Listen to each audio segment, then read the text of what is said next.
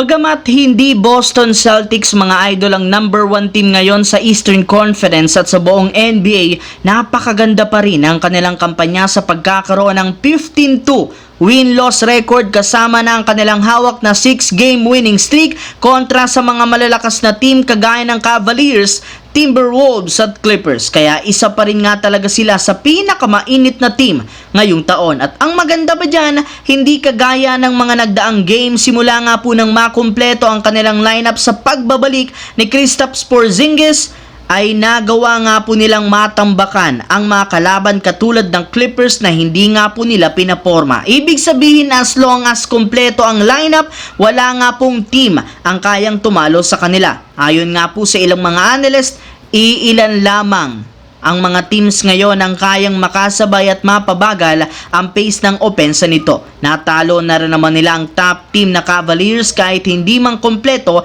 ang kanilang lineup noon. Paano pa kaya kung gagamitin nila dito ang kanilang buong puwersa sa susunod ng paghaharap? Samantala, kasunod nga po ng pagkatalo muli ng Lakers kontra sa Suns, mismong si Coach JJ Redick nang nagsabi kailangan nila ng malaking pagbabago sa depensa since napabayaan nila ang Suns na gawin ang kahit anumang gusto. Hindi rin naman niya nagustuhan ng depensa ng kanilang team. Ibig sabihin, unti-unti na nga po niyang nare-realize kailangan talaga nilang magtanggal ng player at gumawa ng trade kung gusto nilang mag-improve ang depensa. At ayon sa isang sikat na analyst na si Zach Lowe, uulitin na naman nga niya ngayon na hindi nga po malabong makuha ng Los Angeles Lakers sa lalong madaling panahon ng matagal na nilang target na si Jeremy Grant mula sa Portland Trail Blazers. Kung inyo nga pong matatandaan, sinubukan rin naman ng Lakers kunin ito, sadyang nag-back out lamang si Rob Pelinka dahil gusto nga po nitong maniwala pa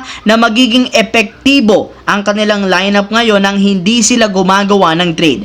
Ngunit ngayon, napatunayan ng Lakers mali ang kanilang ginawang desisyon. Malaki nga po ang tsansang mag-re-engage muli si Rob Pelinka at pakikipagnegosasyon sa Blazers kung gusto nito, at syempre maaari nga po niyang gamitin si Rui Hachimura at ilang future first round pick para matuloy ang nasabing trade. Samantala, nagawa nga po ng Milwaukee Bucks na maipanalong muli ang laban ngayong araw kontra sa Miami Heat nang wala si Giannis Antetokounmpo. Dahil dito, meron na silang 5-game win streak at umakyat na sa 9-9 ang kanilang West record bilang top 5. Pero hindi rin naman nila magagawa kung hindi dahil sa pagkakaroon ng mainit na shooting ni Damian Lillard na merong 37 points, 12 assists. Maliban sa kanya, aminado rin naman ng ilang mga analyst na papansin na nga po nila na mas maganda na ngayon ang flow ng opensa ng Bucks sa pagkakaroon ng mas maayos na shooting. Nasolusyonan na rin naman ni Coach Doc Rivers ang problema sa perimeter defense na siyang rason bakit nahihirapan silang mapahinto ang kanilang kalaban lalo sa long range shot.